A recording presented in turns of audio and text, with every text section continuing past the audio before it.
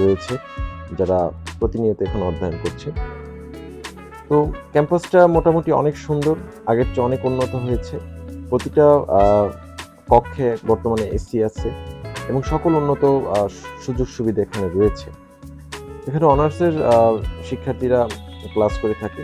সকল ডিপার্টমেন্টগুলো এই বিল্ডিংগুলোতেই পরিচালিত হচ্ছে এবং এইটা হচ্ছে সামনের জায়গা যেখানে আসলে প্রবেশদ্বার।